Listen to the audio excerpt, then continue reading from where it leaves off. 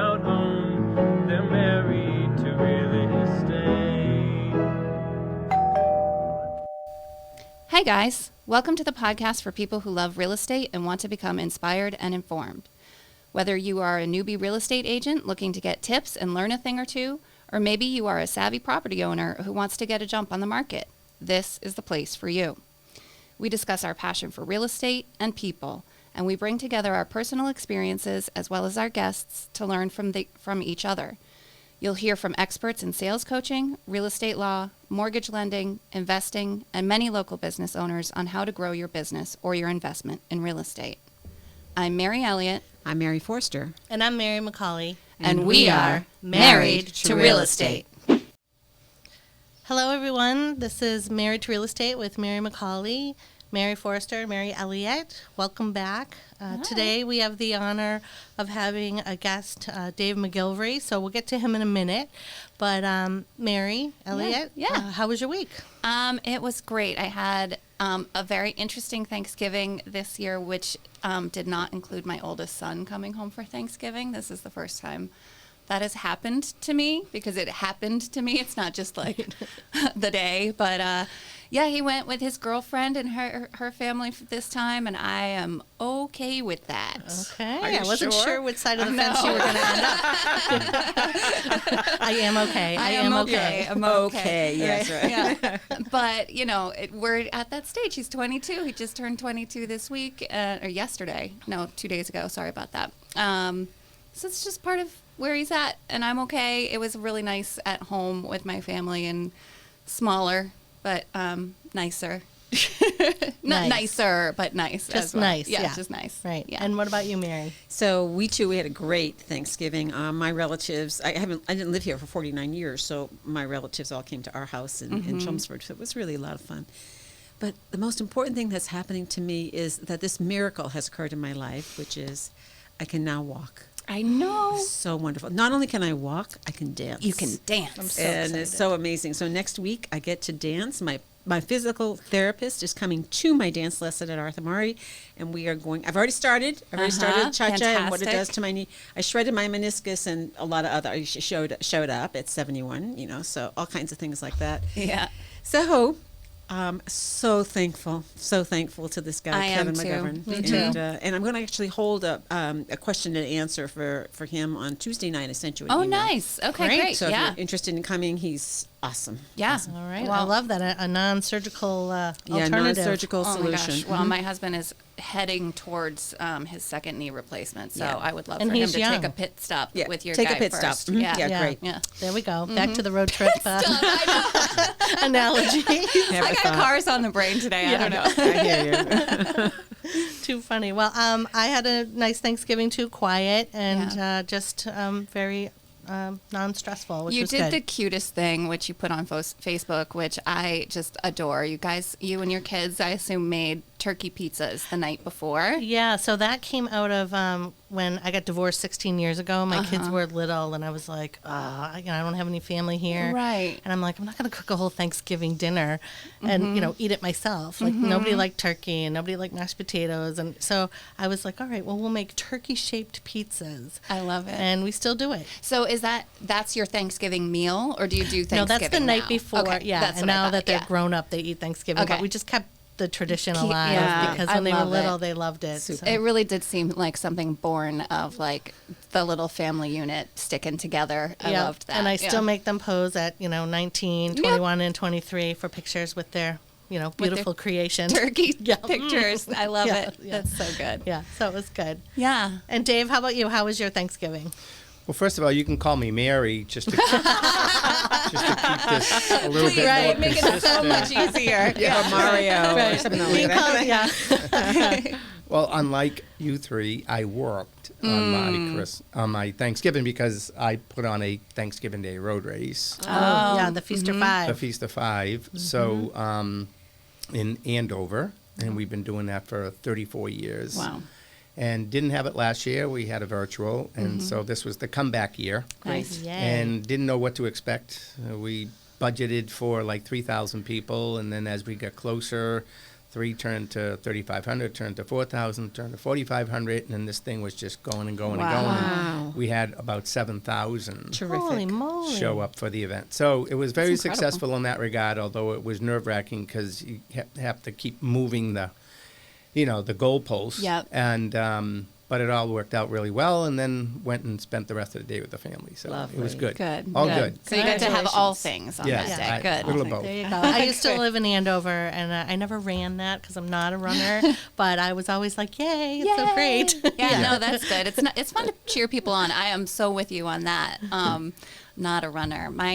In fact, my brother-in-law just got his letter saying he's been approved for the Boston Marathon for 22. No way. He was in 2020, and then of course he couldn't. And then his heart wasn't in it to do the virtual one as his first marathon. Well, not first marathon, but first Boston Marathon.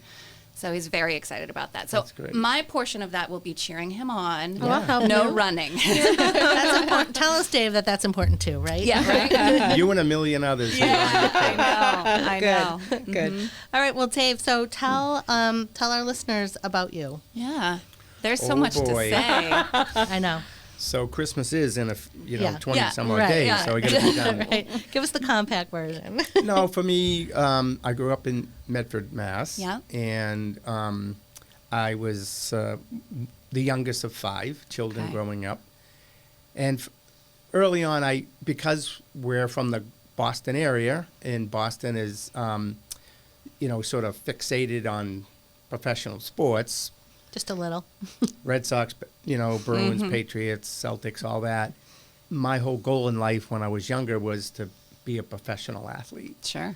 So I worked really, really hard at that. But unfortunately for me, I had a challenge and had to overcome it. But I really couldn't because my challenge was I was vertically challenged. I And feel so you. every time I went out for the teams, I was either the last one picked Yeah. or the last one cut. And so that was quite devastating to Yeah, somebody who yeah. wanted to, be an athlete. Right. And so I went out for the high school basketball team and was cut, and the coach comes up to me, puts his arm around me, and looks down at me. Everyone looked down at me.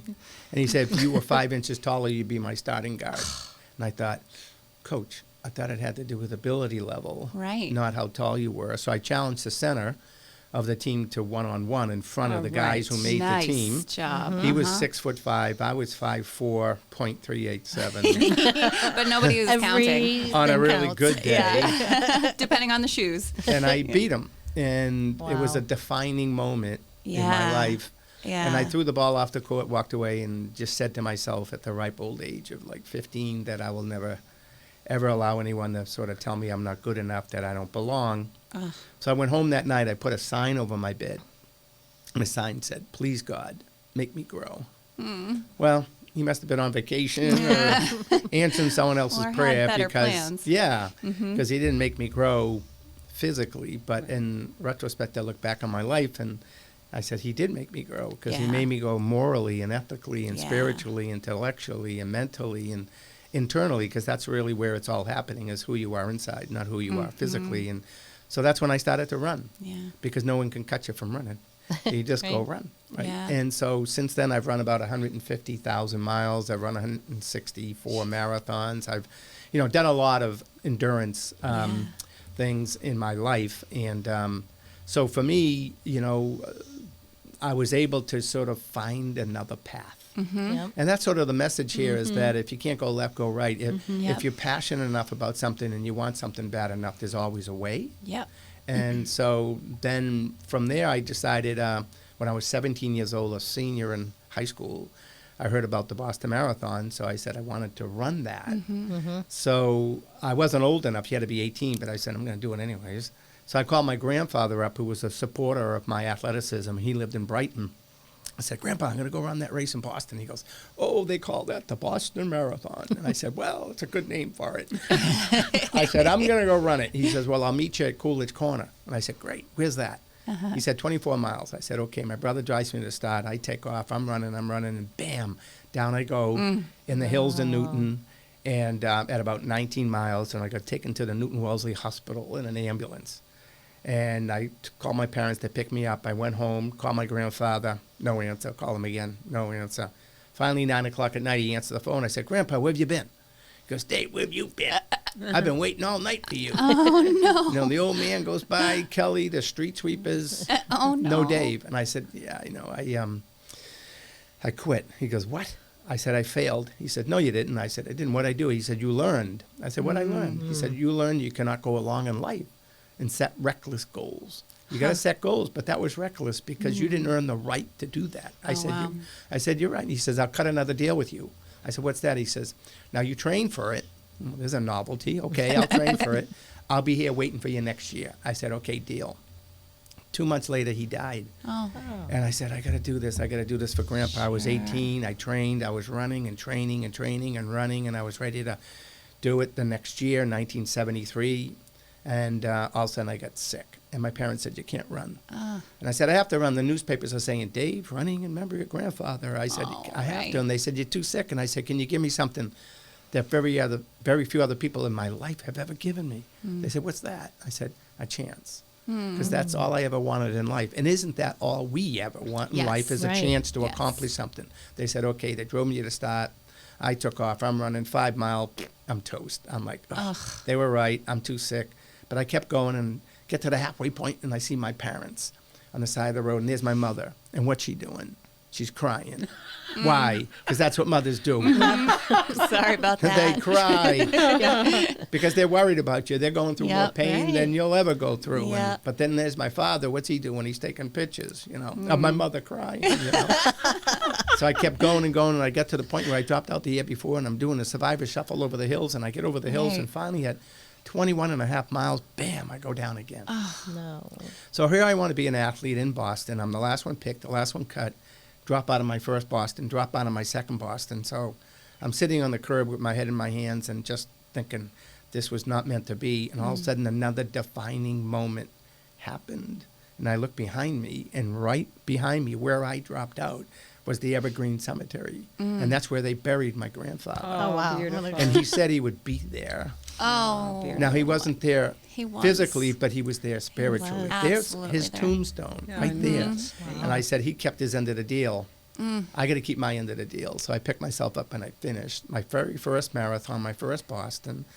And when I finished, I said, I'm going to run this race for the rest of my life in honor of tribute of the lesson my grandfather taught me about earning the right to do these things. And I've run it for the last 49 years in a row. That is incredible. Wow. Okay, so I didn't sorta how know I we'd be got crying. started. Right, I Yeah, know. right. I'm Morning. teary too. Where's the Like- tissue, Yes, everybody? I know. Yeah. Allergies. They're allergies. They're That's, allergies. that's Yeah. so beautiful, though. I mean, Yeah. right at the spot that you went down. Yeah. That's Yeah. so Yeah.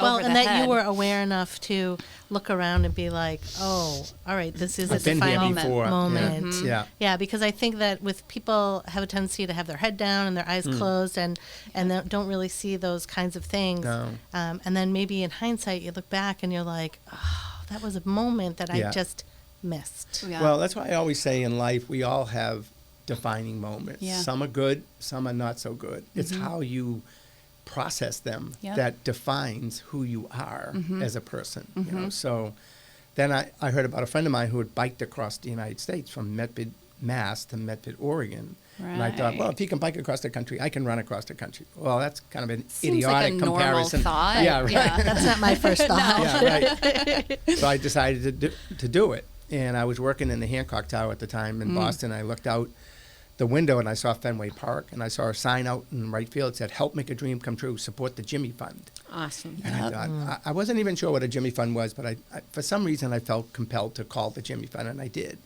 And a guy by the name of Ken Coleman answered the phone. Ken was the executive director of the Jimmy Fund and the voice of the Boston Red Sox. I said, "Hi, Mr. Coleman. My name is Dave, and I want to run across the country for the Jimmy Fund." Well, after he picked himself up off the floor, he said, "Okay, we'll support you, and the Red Sox will support you." And then I said, "Well, amazing. I got to find out what this Jimmy Fund's all about." So I went into the Jimmy Fund clinic, and I saw those kids. And I knew at the time that the battle that I was about to fight by running over 5.5 million footsteps across America was in no way as difficult as the battle that these kids are fighting Yeah.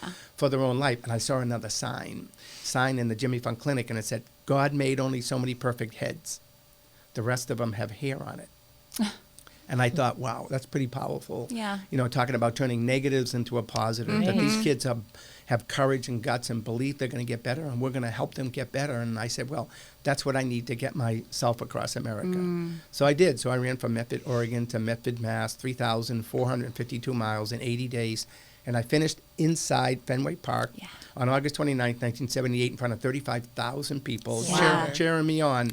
And that's when I knew, finally, that I was the athlete that I always wanted to be. I wanted to play second base for the Boston Red Sox in Fenway Park. But if I can't play in Fenway, I'm going to run. You can run into I Fenway. ran Yeah, into that's Fenway. amazing. I watched the video of that Oh, actually yeah. this Yeah. morning, and it made me choked up for you. Like Yeah. just thinking about that's the completion of this ginormous journey of yours, and you're coming into Fenway, and I you're know. a Boston boy, and you're running in Fenway, and How that old must were you have then? been. How old are you? 24. Well, 24. 24. 24 years old. So, you know, I was too young to really understand what the heck I was committing to. So, Yeah. but yeah, so that led, one thing led to another. When I finished, it was interesting because I was working for a benefit consulting firm. I got a math degree at Merrimack College, and I went to work for this company, and they gave me the 3-month leave of absence. And then when I finished, I got a call from my boss, and he said, "So, you're coming back to work tomorrow?" I said, "I just ran across the continent. Can I have a a couple of days?" Do you mind? And then I got a termination letter 3 days later, Oh, no. and he fired me. And it was the best thing that ever happened to me. I was waiting for that. Because, you know, a lot of times in life, you're following a path, and you know it's probably not the right one for you, but you get trapped. Yeah. And it's like a little bit of a security blanket, Yep. you know, and it's harder to quote unquote quit than it is to stay. Absolutely. And since he fired me, I started thinking about what is it that I truly want to do in life. So then I opened up a running and sports center in my hometown. Then I started putting on events to promote the store. And I realized I like putting on events more than shoes on people's feet. And people blame you. yeah. And people said to me, you know, So do you I. really think you can earn a living putting on road races? I said, that's where you're wrong. And they said, what do you mean? I said, I'm not just putting on road races. Well, what are you doing? I said, what I'm trying to do is to help raise the level of self-esteem and self-confidence of Excellent. tens of thousands of people in this country. And I said, because literally the most important person on the planet is you. You have to take care of yourself in order to put yourself in a position to help other people. And so that's why I started my business. And since then, 42 years later, I've directed 1,600 events all over the world, from world championships to Olympic Games, Yeah. Boston Marathon, 35 years. And so I was able to combine a hobby with a vocation. Yeah. Especially little kids, when they ask me, what do I do for work? I said, I don't. They said, you don't work? I said, That's right. not in the conventional sense of the word, I don't, because I love what I do so much that I don't really consider it work. Right? I feel like there are very few people, you know, that is a saying, you know, do what you love and you'll never feel like you work a day in your Right. life. Zig Ziglar or somebody. But yeah. it's rare to really find that or to see Find people that someone, are meet someone actually- that is really Yeah. doing that. Yeah. Yeah. Well, I It's think nice. it's happening more and more nowadays only because of the entrepreneurial spirit, and that people are realizing that, you know, especially with this pandemic now. Yeah. Right. That's People what I was had to gonna say. pivot, and they had to reimagine their lives, and you know, all of a sudden they left their job. I mean, how many people have left the job to do other things? Yeah. Yep. That and the was other me. thing, well, and maybe if this pandemic or other things didn't happen, it was like me being terminated. Yep. I might be still in that business and 9 to 5 to stay alive. Right. And Yep. now I feel like I've helped, you know, raise the level of confidence of so many people in this country. And Yeah. you know, it's only like people say to me all the time, "What's the toughest part about running a marathon?" I said, "The toughest part about running a marathon is signing the application. You know, it's Yeah. having the guts and the courage to say, Yeah. I'm going to do that." And Yeah. then, like my grandfather said, you got to earn the right. Once you earn the right, you do the work, blah, blah, blah. You toe the line, you answer the gun, you run the course, you cross the finish line, you get a medal, and magic happens. You go home feeling good about yourself. And there's nothing more powerful in the world than to feel good about yourself, because Yeah. it's the foundation by which we accomplish everything in our lives. Right. Yeah. Well, it's funny. So you and I had met a few years ago with Live for Live, and you were talking to us about raising our run event, you know, to the next level. And then the pandemic hit, so we never really got to take off with that. But I was sitting in a business planning clinic. Say in our that 10 office. times I fast. know, obviously tongue-tied. And they said discipline, and I thought, oh my God, discipline. And your name popped into my head because I feel like as a realtor and just even in my everyday life, I don't have the focus or the discipline or, I think about that or with realtors, we have to do the reset button, every time a transaction closes, we're starting at zero. We're working for nothing. We're basically unemployed until we have the next deal going, right? So, it's that motivation and mindset and thing. So how do you, or what would you suggest to us or just people in general, how do you stay focused and positive and driven and disciplined and all those things that I feel like I do at a very low level in some ways. It's all attitude. I mean, and you have to keep things in perspective. What I did early on in my life, I everything I do, I gave it a greater purpose than just myself, and that is giving back. Right. Because when you give, you receive even more in return. So ultimately, I'm getting a lot more than I'm even giving. Right. But for me, I get asked all the time, especially by kids. I've done over 1,900 motivational speaking appearances, all over the country in every conceivable type of group you can imagine, from kindergartens, high schools, colleges, business groups. I've been in maximum security prisons and everywhere, right? And kids ask me all the time, so you've done all these different things. What's your best accomplishment? I said, well, it's a good question, but my best accomplishment is my next one. Is my next one, because I've always felt that, it's great to accomplish something, but you can't live off that for the rest of your life. It's good to have it as a foundation of confidence that you can move forward for the next one. Right. And kids also ask me, well, what do you want to be when you grow up? What makes you think I want to grow up? And, it's almost like, I'm not really sure. And then I saw a billboard on the highway, Route 93, one day, and it had one word on it. And I said, that's it. That's what I want to be in life. And it said, accomplisher. And it just resonated with me, because all I want to do is set a goal, not limits, and work hard, accomplish it, check it off the list, move on to the next one. I need, goals are Keep it magnets. moving. They keep you going. Keep moving and keep moving and keep moving until you can't keep moving anymore. Right. So it's never all done, right? There's always the next one. Yeah. It doesn't have to be bigger and better than the other Right. one, but it's got to be something to keep you The next task. driven and committed and so forth, and a lot of times, people, the problem with accomplishing goals for a lot of people is the negativity around them too. And I've always felt that those who say it cannot be done should not interrupt those who are doing it. I love that. Yeah, I'll have It's a that good quote quote. out. Yeah. It's a good quote, because I see so many times people get discouraged because other people are naysayers, right? And, the worst injustice you could ever do to yourself is to underestimate your own ability. Yeah. So all these different things, basically keep me driven and keep me disciplined. And, I'm huge on commitment. Okay. And like when I ran across the country, I committed to myself first.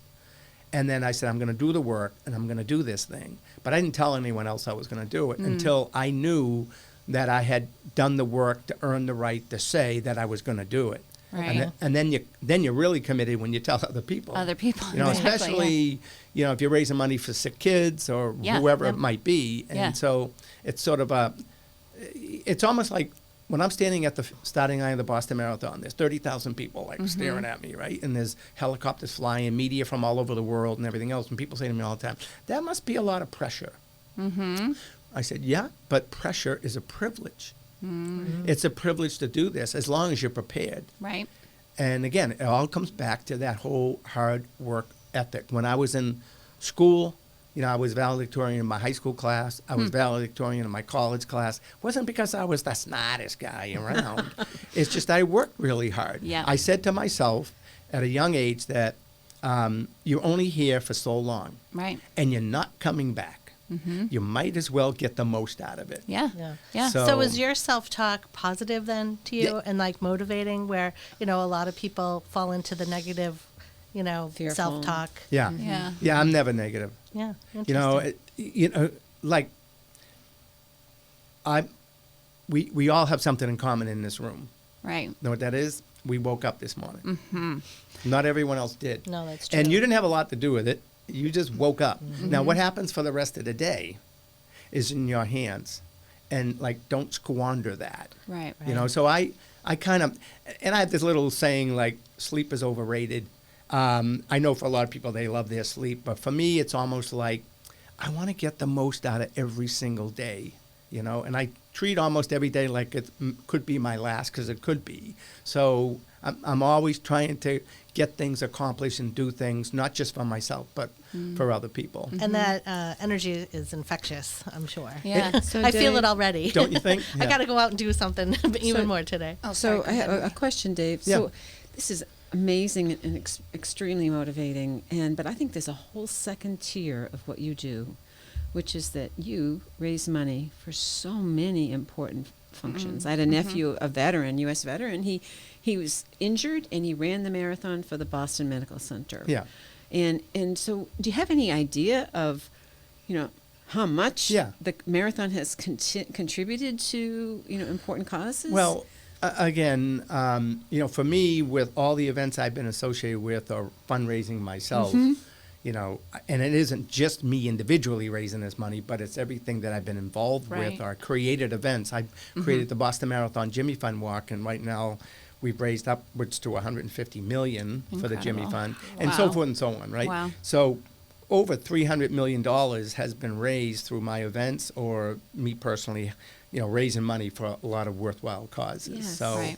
so for me, that's what I want my legacy to be. Not these crazy things that I've done in my life, but just the whole aspect of understanding that I feel very fortunate to have what I have, and like I said, I like to And give serve back. others. Serve And- others. yeah, there's a real absolutely. ripple effect, isn't It, there? it Yeah, really there is. is. Yeah. So.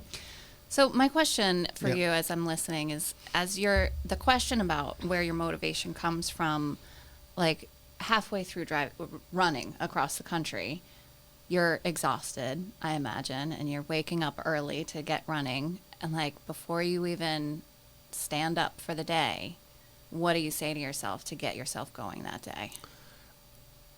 That I'm very fortunate to be able to be in a position to do this. Yeah. Okay. Yeah. You know, that, it's not easy, and there are challenges along the way, Right. but that's what I thrive on. You know, a lot of people, like, if they're a runner or something, they'll wake up someday and it's raining out, and they go, oh, it's raining out. I don't want to run today. There's I'm always gonna gonna be get an wet, excuse. whatever, right? Me, I'm like, bring it on. You know, it just makes the challenge that much more, and Yeah. I thrive on that. Yeah. So now if I run in the rain or the nasty weather, if I'm going to run in a race someday and there's conditions like that, Yeah. I have experience Yeah. in how to deal with it. I have acclimated myself. Yeah. My point being is I don't look at something like that as a negative. I look at it As a positive. As a positive. Yeah. Positive. Yeah. I like Okay. that. as a positive. So you just sort of frame everything into a positive light. As best And- as yeah. I can. I mean, I'm not going to lie and say I don't have my Sure. down days Yeah. and so forth, and I have to like look myself in the mirror and motivate myself sometimes. Yeah. But you know, when I was again the last pick and the last one cut as a kid, I learned about. I always said there's 3 types of pain. There's physical pain, which you can train for and rise above. There's even mental pain that you can train for and rise above. And then there's the third one that's debilitating. You know what that is? Emotional pain. That's brutal. Yeah. You can't train for that. No. It just Yeah, comes there's no up muscle. behind you and just hits you hard. So true. And so when I was 14, 15, I learned about rejection. I know there's illnesses, physical illnesses in the world, Yeah. but I don't know if there's anything harder to deal with than emotional pain Yeah. and the feeling of rejection that you There's- don't belong. Yeah. Yeah. And that's what I was going through. Yeah. And I just, I kept saying, there's got to be a way, there's got to be a way, there's got to be a way. And that's when, again, the running thing Yeah. sort of gave me my self-confidence. It gave you the confidence. Yeah. And Do you think you had influencers, in your life as a kid? Obviously my parents were, supportive of everything I did, so they were certainly influenced. But, I don't really look at any one individual and say, oh, I want to be just like that person. I don't want to be like anyone else. I want to be me. But when you look at a Michael Jordan or a Tom Brady or whatever, I look at them in this fashion that I respect them for their hard work ethic. Yeah, they Right. were born with certain tools, but then to be at that level, you got to work really hard Yep. to get up there. Yep. I respect that, and I admire that, but I don't idolize it. Yeah. You know, And you don't I want to mean, be just like I don't that. want to be. Yeah. I don't. Yeah. Right. I want to do my own thing, right? But I can use that as an example of somebody who has made it based on Yep. know what they had to do to It's get a good there. roadmap to follow, Yeah. but you can do it in your own way. Yeah. Dave, how did the marathon bombing impact your life? Well, you have again. So what happened that day was the year before was a tough year because it was like an inferno. It was like 90 degrees. Oh, I remember We that. sent 250 people to the hospital. We treated 2,500 runners. Oh, I my mean, goodness. it was carnage everywhere. So in 2013, I woke up that morning and I said, we got to have a good one. And it was great. Beautiful weather. Everything was perfect. I get out to the start. And before I started the race, I had a 26-second moment of silence for the victims of the Sandy Hook massacre that had just right. occurred. Right. Little did I know that 8 hours later, 26 miles away, we would be experiencing our own tragedy. Yeah. It was surreal. It was so quiet at the start in Hopkinton. Well, I get on my lead motorcycle, went down course. Everything was great. I got to the finish. Everything was great. Went into the medical tent. Not much business. It was such a good day. Went to the bleachers, saw my family, 7-year-old son, daughter, wife, gave him a hug, went around the finish area, and then, as I normally do, I run the marathon after everyone else. So I decided, okay, everything's on automatic pilot. I'm going to head back to the start and run my Boston Marathon. So I get to the start, and then I'm standing on the starting line. 2 state troopers are with me to escort me down course, and my phone rings. Said, hey, you got to get back to the finish. Why? There's been 2 explosions. And well, I never put together explosion and bomb. Right. I Right. thought a generator or Yeah, a Something. building or Manhole something. cover. Yeah. Right. No, I didn't really. Not and in then your I, wildest dreams. then I was getting more calls, and I realized what it was, and I got back to the finish in like 20 minutes. We went like 100 miles an hour down the Mass Turnpike, get there. Everything had been evacuated. I went into the medical tent. Now, I had been in the medical tent just 2 hours before, and there's no business. I went in there this time, and there's a lot of business, and none of them are runners.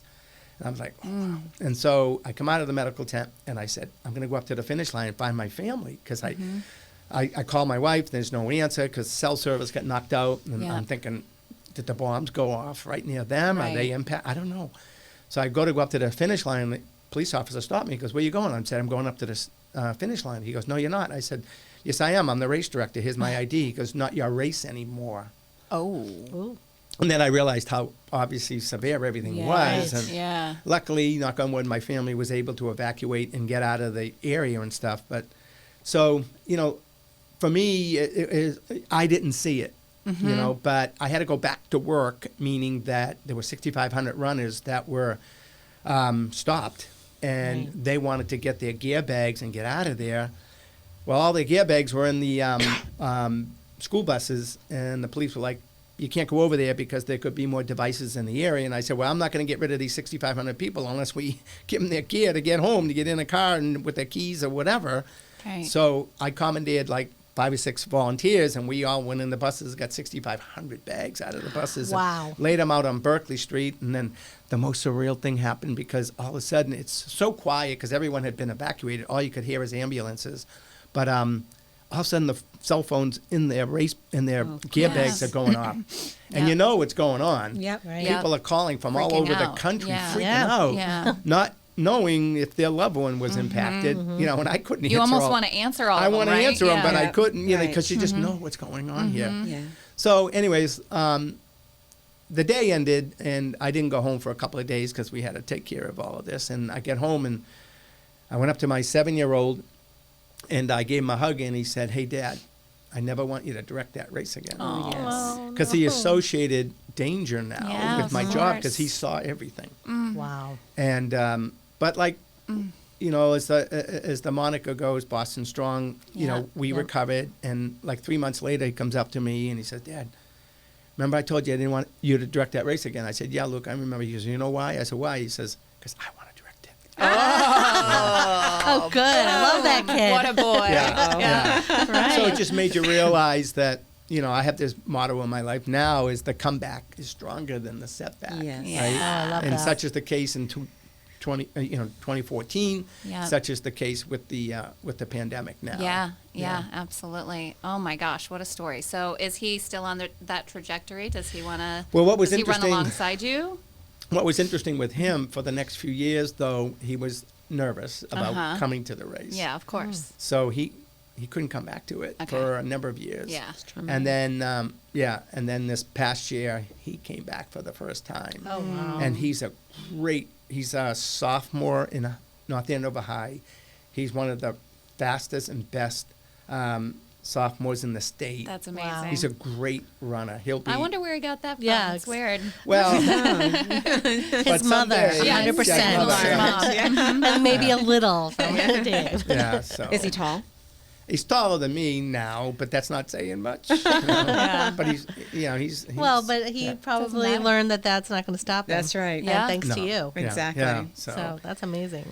Yeah, so it's interesting. I mean, and the final story, I guess, is that, even with all this running and attention to fitness,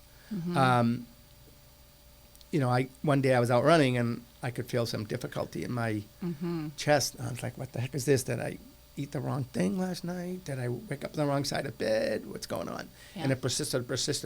And then I went to Mass General Hospital to get tested. So I had EKGs, echocardiogram, stress test, pulmonary, everything. And the doctor says, nothing wrong with you. And I said, yes, there is. I can't breathe when I'm running. And I said, you got to give me the big boy tests, right? You got to look under the hood, guys. Yeah. And so they did, and they did a CAT scan and an angiogram, and the CAT doctor walks in, and he's looking at the monitor, and he goes, there, and there. And I said, there, what? He says, you have severe coronary artery disease. Oh. I said, no, really, what's going on? He goes, no, you have severe coronary artery disease. I said, how can I have that? I've run all these miles, done all these marathons, done Ironman triathlons, whatever. I've done all these different things. He goes, I don't know, but you have it. I said, well, it's got to be genetics because I have heart issues in my family, but it was probably somewhat self-inflicted because I always thought, if the furnace is hot enough, it'll burn. Not that I was a junk food junkie, but, I participated in everything. Sure. In moderation. Yep, absolutely. And then I Food realized is that good. I was making some mistakes, and it just Yeah. eventually all added up. Wow. So I turned to the doctor and I said, zip it up. He goes, what? I said, don't tell anyone. He said, why? I said, because it's a ding in my armor. Like, I'm supposed to be this picture of health guy. supposed to be bulletproof. I'm supposed to be bulletproof, and this is, it shows I'm vulnerable, and I don't want that. And so then it leaked out, and people heard about it, and then I was getting all these emails from runners and people all over the country saying, when I heard what happened to you, based on your background, I was like, whoa. I was experiencing the same symptoms. I went and got checked, and I walked out of the hospital with 3 stents. You saved my life. You saved so many Yeah, people's turned lives. it around and the Yeah. way And I people went, thought about it. Whoa. I said, you selfish son of a gun. Yeah. I yeah. said, stop being so wimpy about yourself and think about how you can save lives. Yeah, Right. it's a tough lesson though. Yeah, It's- really. When is that? It's person? hard to Really. learn that, to Yeah. say, to show your weaknesses Yeah, and yeah. know that it's going to help somebody. So It I said really to is. him, the doctor, I said, well, But I love have turning one- it for good. Yeah. too. I asked him, I said, hey, I have one question to ask you. He goes, what? I said, is this reversible? He said, it depends. I said, depends on what? He said, depends on the person. Yeah. I said, well, you're looking at him. Yeah. I'm over here. He goes, well, you and your discipline, Yeah. you and your discipline. He said, I think you can have an impact on your own, Yeah. illness. Well, I went on a tear. Uh-huh. Talk about commitment Right. Oh. Yeah. and discipline. Bet there were I charts. Nothing like your life at stake to really motivate you. I changed everything. Yeah. Even though I say, sleep is overrated, you need some. Mm-hmm. Stress, just diet, everything. I changed it. And in about 4 months, I lost 27 pounds. Not that I had it to lose, but I Wow. lost it. I lowered my cholesterol level by over 100 points. Oh I my mean, goodness. I got as fit as I've ever been. Yeah. And I had learned a lesson when this all came about that just because you're fit doesn't mean you're healthy. And I always thought it did. And so that's my awareness message to people. Yeah. Some of the most vulnerable people on the planet are the most fit people on the planet because they're in a state of denial. Yeah. Right? Yeah. They think nothing could No. go wrong. So yeah. then I got really fit and really what I thought healthy, and then I got asked to do this thing called the World Marathon Challenge. And I thought, oh, okay, I'll do that. What that was, and that's only 2 years ago. It's running 7 marathons in 7 days on 7 continents. Isn't that insane? I read that. Yeah. That's just incredible. So I said, sign me up. Yeah. I was right, Because that was your first thought. Right. I'd be like, I'm going to bed. I'm going to watch that on TV sometime. Delete Yeah. that email. no, right up my alley, So I went and did that. So we ran flew to Cape Town, South Africa. We all met, 50 of us from around the world. And then we got on a chartered flight, flew down to Antarctica, ran a marathon there, got back on a plane, flew back to Cape Town, ran a marathon there, got back on a plane, flew to Perth, Australia, 12 hours, get off the plane, ran a marathon there, get back on a plane. Then we went to Dubai in Asia, Lisbon, Portugal, Cartagena in South America, and finished up in Miami. 7 marathons, 7 days, 7 continents. And we did that in end of January. That doesn't 2 sound weeks. healthy. No, it's fine. I mean, the difference for me wasn't the running because I was used to doing that. It was more the rat race in between. Yeah. Right. Jet And right. trying to recover at 35,000 All of that. feet. There's no time. Right, the No elevations. time, all of that, right? Wow. So when I got back, I was just doing some training and I could feel some difficulty again. I'm like, what the heck's going on? I thought I beat this. And I went back into Mass General, did another angiogram, and the doctor said, you have 95% blockage. Oh, I went, Holy that's cow. genetics, man, because I changed everything. He Yeah. said, I know, you can't run away from your genetics. Mm. I said, well, what are my options? He said, well, option 1 is do nothing, and you have to live a sedentary life. Nope. nope. Right. Cross that off the list. that off. Yeah. Or we can stent it, but it's right near your heart, and it could be risky. And I said, no, you're not messing with my heart. My heart's fine. It's just my arteries. Right. So then they said, the last one is open heart surgery. And I said, nah, I don't want you to cut me open and cross that off. He said, you've run out of There- options. those are the 3. So then I said, okay. I said, let me ask you this. There's this little jogathon in Boston in April, 6 months from now. I've shuffled through it a few times. So if I have the surgery 6 months from now, you think I can still run the marathon? He gave me the best possible answer. He didn't say, no, I don't think you can. He didn't say, yes, I think you can. He said, I'd be extremely disappointed if you couldn't do it. And he gave me that 4-letter word, hope. And I said, that's what I hung on to, hope. And I said, all right, let's do it. So I had open heart triple Open heart. bypass surgery. Wow. And then I had to do this delicate balance between recovering Yep. and Training. Yeah. And I have it in the right perspective that my life is more important than a road race, but the road race is important too, right? So I said, if I can do this right, and there's no books out there, how to have open heart surgery and run a marathon 6 months later. That's your next book. That is your next book. So I had to just figure it out for myself, and I did, boom, boom, boom, like this, and then went and did it. And it was interesting because I was running the last mile or so, and all of a sudden my son joined me. So he ran across the finish line with me, and another young boy by the name of Jack Middlemiss. Yeah, I was going to say, I've And Jack, seen the... and Jack had a heart transplant right when I was having open heart surgery. Oh, wow. So, and I've done a lot of fundraising for the Big Heart Foundation. Big Heart Foundation, Yeah. the Middlemisses, and it was just so amazing to have Jack running with me, to have my Yeah. son, who was right there with the bombing, Right. and he's back, and then it was the most, Triumphant return Yeah. to running the marathon. So, these things happen, but I didn't succumb to it. I didn't quit. I figured out a way. Right. Yeah. Which I think is, amazing. one of your superpowers. It is. It's such a lesson. But I mean, it's strange because in my mind, everyone should be able to be do the same, and Yep. that's not always true. But somehow, and that's why I do a lot of motivational speaking. I wrote a book called The Last Pick because, for obvious reasons, I was the last pick, and people say to me, "What's your book about?" I said, "Well, it's about you. It's about the person reading it. What do you mean?" "Well, you can identify with everything I've gone through. I'm no better than you. We've all go through the same things." Yeah. So, and then I've written 3 children's books. I know. Yeah, I love and it. dream big, because Yeah. when I was little, I was little, but I had big dreams. Right. Yeah. And it's a matter of, again, like setting goals and not limits and all that. And then running across America is the second one. And the last one was Finish Strong. And that's about my 7 marathons, 7 days, 7 continents. Yeah. And at the end of the book, I have what's called the Dream Big Marathon Challenge. Because I don't want children to read the book, put it down, and go, I don't know, watch Video games. video games, exactly. right? Sit on the couch. It's a call to action. Love That's the that. whole idea, is that read the book and then say, I'm going to do that. I'm going to Yeah. better my life. I'm going to be an athlete, whatever it might be. Right. Inspire. Yeah. So the challenge is for them to read 26 books, run 26 miles, and do 26 acts of kindness. Because in my world, that's the love 3 that. pillars of life: is health and fitness, it's literacy, education, Yep. Yep. and it's philanthropy, giving back. So those 3 pillars.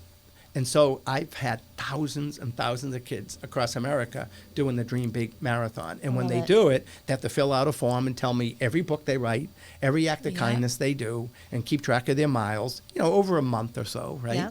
And then they mail that in to me, and I send them a nice Dream Big Marathon medal. And they're ecstatic about that, right? Yeah. So that's the whole How idea. many show and tells do you think that medal has been across I the country? know, Yeah. right? Yeah. That's amazing. That's incredible. I feel a book coming to my children soon for a holiday that will That's cool. inspire So, them. so Dave, Yeah. I was living in Northern Virginia a long time, and when the Girls on the Run started, Yeah. and I was so, first of all, I was shocked by it. I don't know, I guess it was just a stereotypical kind of thing, girls out there running.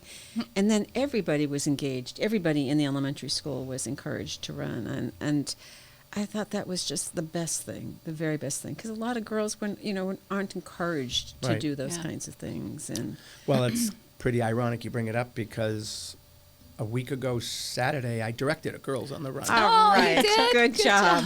in my hometown of Medford. Oh, So, we had 1,300 girls. Wow. Super. And that's the culmination of like a 2 months, 3 months worth of, process Yep. in education and all the motivation and, getting out there and training and all that. And then they come to the race and they do that and get their medal too and the whole bit. So Awesome. I was Love it. directing that just a week and a half ago. That's Awesome. so fun. Fantastic. Yeah. Thank you for Small everything you world. do. My Yeah. goodness, yes. So much. Yeah. So many different races, so many different charities to be involved with. Yeah. Yeah. It's incredible. So, Dave, Yeah. before we wrap this up, Yeah. what's the one thing you'd like to tell our listeners that they can get up? What should they do every day, or do you have affirmations that you say to yourself? Do you have a routine you do? Yeah, it's interesting. When I was turned 12, there's this pond around where I live, Spot Pond, right off of Route 93. And I woke up the morning of my 12th birthday and ran around the pond just for some exercise.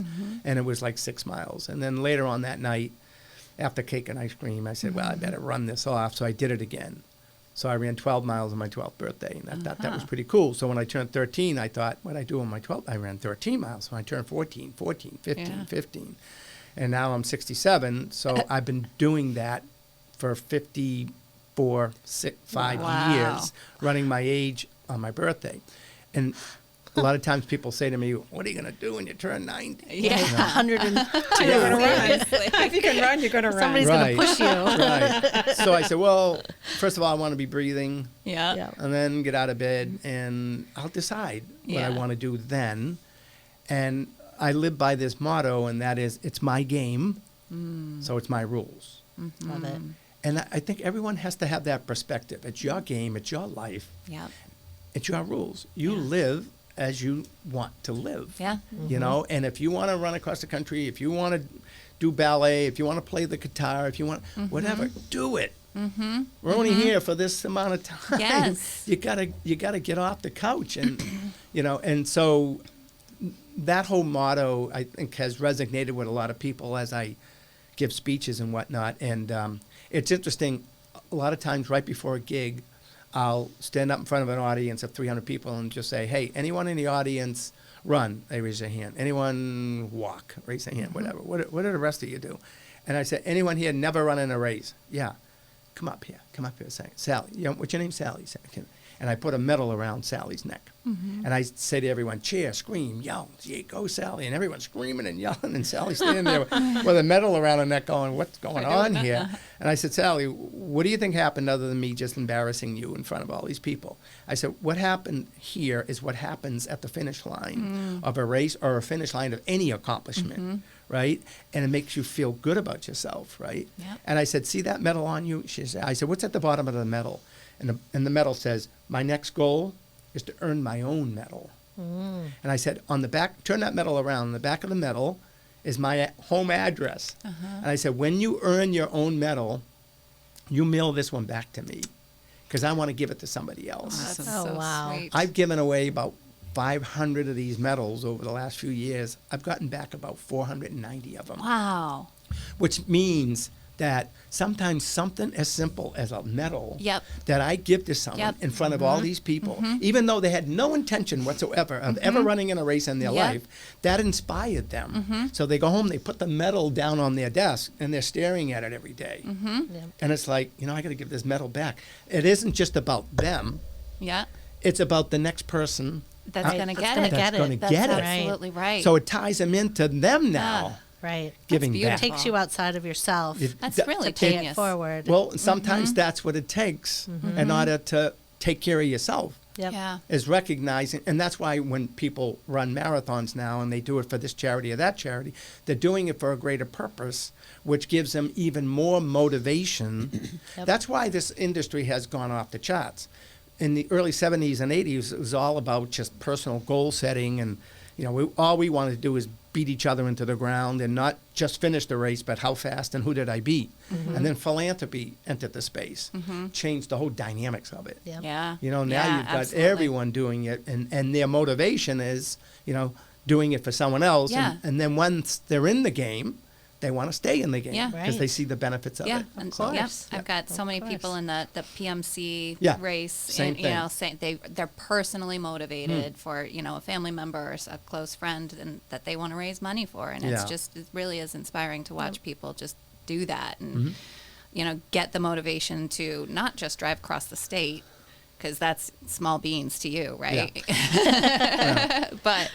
but to raise the money and get the awareness out there and be talking about it. So speaking of awareness, so that's what I want to leave everyone with, is the whole concept of awareness of themselves, right? That if Massachusetts has a public safety campaign. If you see something, say something. Yep. Right? My campaign is if you feel something, say something. Because we have to take care of ourselves first and foremost. That's a Yep. great saying. I've That's great. Personally, I find that hard to do. But I do a lot of charity work, and Yeah. that definitely motivates me to what the good I can do, and therefore I'm doing good for myself as Good for you. as a side thing. So we always wrap up with a quote, and the quote today is, "Nothing great was ever achieved without enthusiasm." Wow. Well, I think we've just We met Seen it personified. I was just Right? gonna Was say it not that. the perfect quote for Dave McGillivray? Enthusiasm personified. I'll take full credit. Yes, me and very Ralph good. Waldo Emerson. Yeah, and well, Ralph Waldo. Yeah. Ralph knows what he's talking about. Ralph is no. Well, I slouch. personally, I understand this, and I am so moved and so inspired by our conversation this morning. And thank you very much. Thank you, Dave. Thank And you. thanks, Mary, for inviting Dave. enthusiasm. You're welcome. Enthusiasm enthusi- brings joy to motivation, I think. Instead of just being a driven person, being enthusiastic about it is what inspires other people, and it shines through you. So Really does. So thank you for doing that consistently throughout your entire life. Yep. Yeah. Thank And you. I Yeah.